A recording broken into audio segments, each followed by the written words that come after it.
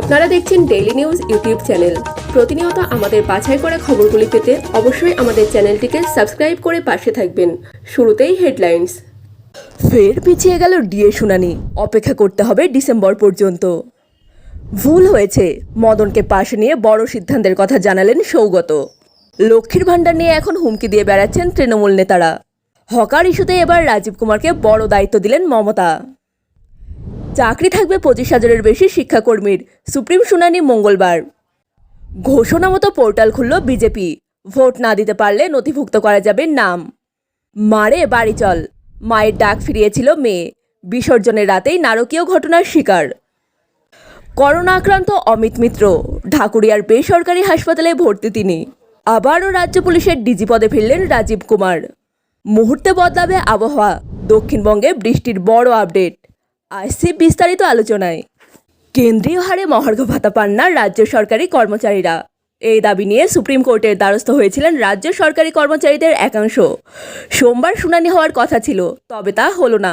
পিছিয়ে গেল ডিএ মামলার শুনানি। কোনো পক্ষই পেশ করতে পারেনি বক্তব্য। ডিসেম্বরে ফের ডিএ মামলার শুনানি। কেন্দ্রীয় হারে ডিএ প্রয়োজন, এই দাবি নিয়ে দীর্ঘদিন ধরে আন্দোলন করছেন রাজ্য সরকারি কর্মচারীদের একাংশ। এই নিয়ে কলকাতা হাইকোর্টেরও দ্বারস্থ হন তারা। পরবর্তীতে মামলা গড়ায় সুপ্রিম কোর্ট পর্যন্ত। সরকারি কর্মচারীদের একাংশের পাশাপাশি রাজ্য সরকারও দ্বারস্থ হয়েছে শীর্ষ আদালতের। সেই মামলা শুনানি ছিল আজ, তবে সেই শুনানি হয়নি। জানা যাচ্ছে ডিসেম্বরে ডিএ মামলার শুনানি হবে, ফলে ততদিন পর্যন্ত ফের প্রতীক্ষায় থাকতে হবে রাজ্য সরকারি কর্মচারীদের।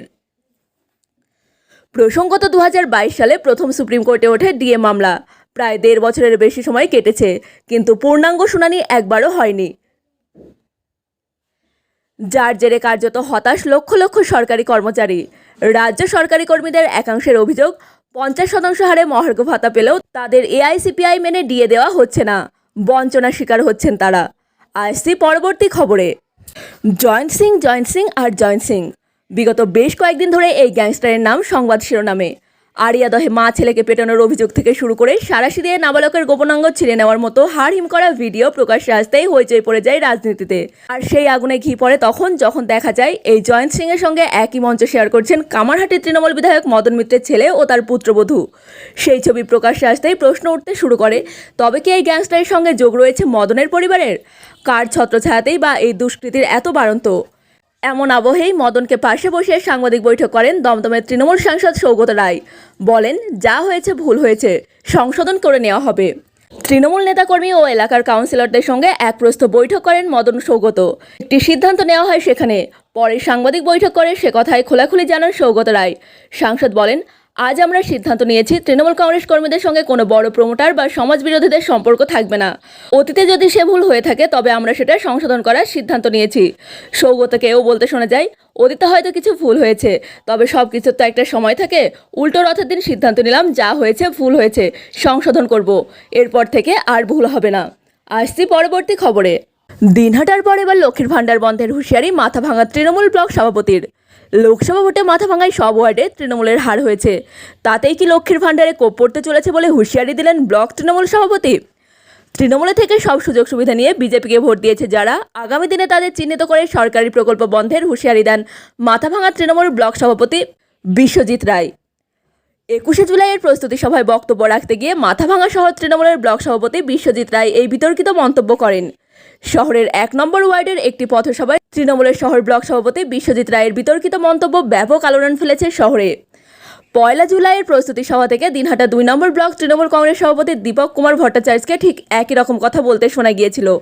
এবার মাথাভাঙা নেতার মুখেও একই কথা। বিশ্বজিৎ রায়কে ওই সভায় বলতে শোনা গিয়েছে, যারা বেইমানি করে তাদের শিক্ষা দিতে হবে। সারা বছর তৃণমূলের খেয়ে দিয়ে ভোটের সময় বেইমানি করলে শক্ত হাতে দমন করতে হবে। প্রয়োজনে লক্ষ্মীর ভাণ্ডার বন্ধ করে দিতে হবে। এটাই আমাদের উদ্দেশ্য হবে আগামী দিনে। আসছি পরবর্তী খবরে।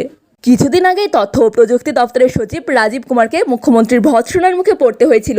এবার হকার পোর্টাল তৈরিতে সেই রাজীব কুমারেই ভরসা রাখলেন মুখ্যমন্ত্রী মমতা বন্দ্যোপাধ্যায়। হকার জোন তৈরি সংক্রান্ত পলিসি তৈরির ভার পড়ল রাজীব কুমারের উপরই। পলিসি তৈরি করে তা মুখ্যমন্ত্রী, মুখ্য সচিব, মেয়র, পুর ও নগরায়ণ সচিবকে দেওয়ার নির্দেশ দেওয়া হয়েছে। বৃহস্পতিবার নবান্নে জেলাশাসক, পুলিশ সুপারদের সঙ্গে বৈঠক করেন মুখ্যমন্ত্রী মমতা বন্দ্যোপাধ্যায়। হকার সংক্রান্ত বিভিন্ন বিষয় নিয়ে ওই বৈঠকে মুখ্যমন্ত্রী নির্দেশ দেন, রাজীব একটা পোর্টাল তৈরি করবে। হকিং জোন অথবা নন হকিং জোন করবে। যাদের পুলিশ ইতিমধ্যেই সরিয়েছে তাদের ঠিকানা খোঁজ করো। যদি সত্যিই তারা গরিব হন, তাদের প্রয়োজন থাকে, তাহলে তাদের আমি অন্যত্র ব্যবস্থা করে দেবো। একই সঙ্গে মমতা বলেন, কেউ যদি মনে করে গ্র্যান্ডের সামনেই বসবো, চলবে না। ওখানে বড় বড় তারকারা আসেন, অনেক ভিআইপি আসেন, তারপর কিছু হলে দেখবেন এরাই কিছু একটা করে এনআইএ পাঠাবে। শোনা গিয়েছিল সন্দেশখালীর ভিডিও বিতর্ক নিয়ে তথ্য প্রযুক্তি দপ্তরের সচিবের উপর বিরক্ত হয়েছিলেন মমতা। সূত্রের খবর, মুখ্যমন্ত্রী সেদিন এক বৈঠকে প্রশ্ন তুলেছিলেন, তথ্য ও প্রযুক্তি দপ্তর কী কাজ করছে, রাজীব কুমার কী করছেন। সেই রাজীব কুমারকে এবার হকার ইস্যুতে দায়িত্ব দিলেন। আসছি পরবর্তী খবরে। চাকরি বাতিল মামলার শুনানি মঙ্গলবার।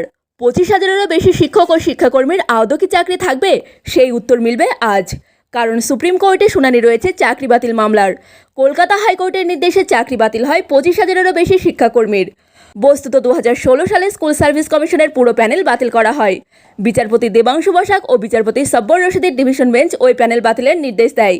দেখা যায় গ্রুপ সি, গ্রুপ ডি, নবম, দশম ও একাদশ দ্বাদশের মোট 25,753 জনের চাকরি বাতিল হয়। এরপর রাজ্য সরকার ও এসএসসি এই রায়কে চ্যালেঞ্জ করে সুপ্রিম কোর্টের দ্বারস্থ হয়। এসএসসির দাবি, কতজনের চাকরি অবৈধভাবে হয়েছে তার একটা হিসেব তারা দিয়েছিল হাইকোর্টে। তারপরও কেন পুরো প্যানেল বাতিল করা হলো, এই প্রশ্ন তোলে তারা।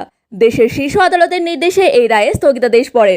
তবে আদৌ কি এই 25,000-এর চাকরি বহাল থাকবে? কারণ অভিযোগ উঠছে অনিয়মের। আর সেই মামলার শুনানি রয়েছে আজ। আদৌ কি এই 25,000-এর চাকরি বহাল থাকবে, নাকি কিছু জনের চাকরি বেঁচে যাবে? আজই মিলতে চলেছে সব প্রশ্নের উত্তর। আসছি পরবর্তী খবরে। লোকসভা বিধানসভার উপনির্বাচনে প্রচুরদস্ত বিজেপি। লোকসভায় জেতা আসন হারার পাশাপাশি উপনির্বাচনে 4-0 পেয়েছে গেরুয়া শিবির। 4টির মধ্যে যে 3টিতে 21-এর ভোটে জিতেছিল উপনির্বাচনে, সেগুলোও হারাতে হয়েছে। বিজেপির অভিযোগ, অনেকে ভোট দিতে পারেননি। বিজেপি পোর্টাল চালু করবে বলে ঘোষণা করেছিলেন বিরোধী দলনেতা শুভেন্দু অধিকারী। রবিবার এই ঘোষণার পর সোমবার সেই পোর্টাল লঞ্চ করলেন তিনি। এদিন এক্স হ্যান্ডেলে শুভেন্দু অধিকারী লেখেন, কথা দিয়েছিলাম সেই মতোই পোর্টাল লঞ্চ করলাম। 2024 সালে লোকসভা ভোট ও সদ্য সমাপ্ত উপনির্বাচনে যারা ভোট দিতে পারেননি তারা নাম নথিভুক্ত করতে পারেন। তাদের নাম পরিচয় গোপন থাকবে। পোর্টালের নাম দেওয়া হয়েছে সেভ ডেমোক্রেসি WB। রবিবারই রাজভবনের সামনে দাঁড়িয়ে শুভেন্দু অধিকারী বলেছিলেন, পোর্টাল চালু করছি আমি। যারা পঞ্চায়েত, লোকসভায় এবং বাই ইলেকশনে ভোট দিতে পারেননি তারা নাম নথিভুক্ত করুন, গোপনীয়তা থাকবে। নন্দীগ্রামে যেমন গণ আন্দোলন করেছিলাম, ভোট যারা দিতে পারেননি তাদের জন্য পোর্টাল খুলব। শুধু তাই নয়, শুভেন্দু হুঁশিয়ারি দিয়েছেন, রানাঘাট দক্ষিণ, রায়গঞ্জ, মানিকতলায় উপনির্বাচনে যারা ভোট দিতে পারেননি সেরকম 100 জনকে নিয়ে রাজভবনের গেটে আসবেন। এরপরে সোমবার চালু হলো পোর্টাল। আসছি পরবর্তী খবরে। কিশোরীকে ধর্ষণের অভিযোগ, শুধু তাই নয়, তারপর খুন। দেহ লোপাটের জন্য খোঁড়া হলো মাটি, অতঃপর দেহটি পুঁতে তার উপর মাটি চাপা দিয়ে প্রমাণ লোপাটের চেষ্টা। শিউরে ওঠার মতো এই ঘটনা ঘটেছে হাওড়ার জয়পুর থানা এলাকায়। গ্রেফতার অভিযুক্ত প্রতিবেশী যুবক। পরিবার সূত্রে খবর, রবিবার স্থানীয় একটি পূজার বিসর্জন দেখতে গিয়েছিল ওই কিশোরী। মেয়েটি 6ষ্ঠ শ্রেণীতে পড়তো। রাত্রি 10টা বেজে যাওয়ার পর বাড়ি না ফেরায় পরিবারের লোক খোঁজাখুঁজি শুরু করে। সারা রাত খুঁজে না পাওয়ার পর সোমবার সকালে কিশোরীর বাবা জয়পুর থানায় অভিযোগ করেন।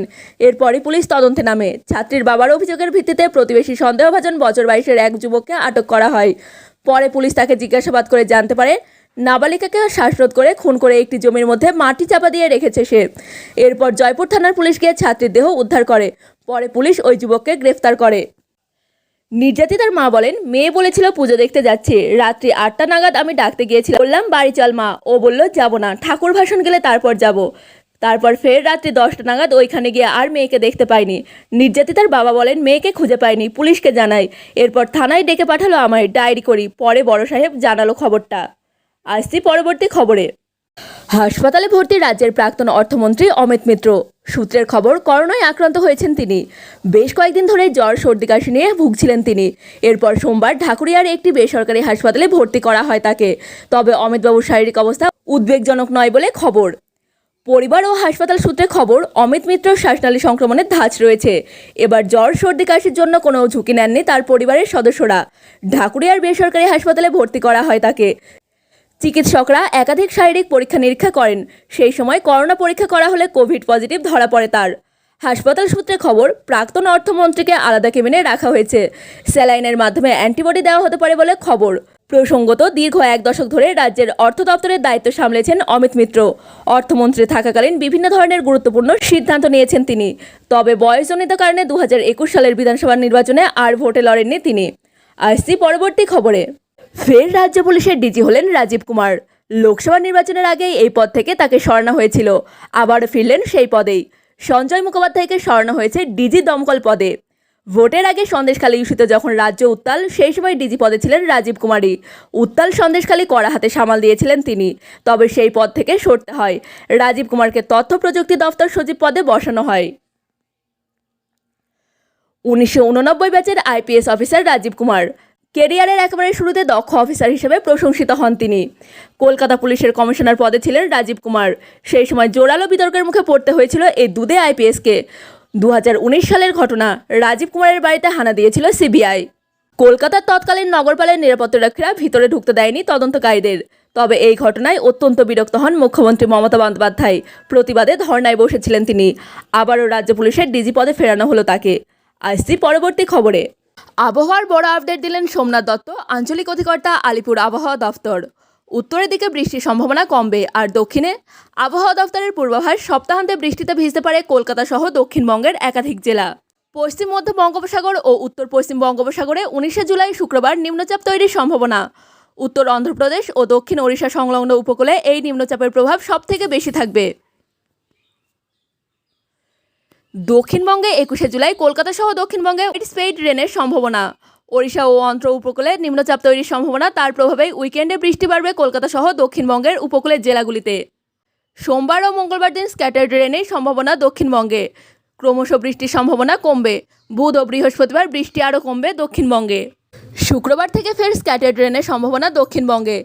উপকূলের জেলা পূর্ব ও পশ্চিম মেদিনীপুর, উত্তর ও দক্ষিণ 24 পরগনা এবং কলকাতা ও সংলগ্ন জেলাগুলিতে বৃষ্টির পরিমাণ একটু বেশি হতে পারে। তবে ভারী বৃষ্টির কোনো সম্ভাবনা নেই দক্ষিণবঙ্গের জেলাগুলিতে।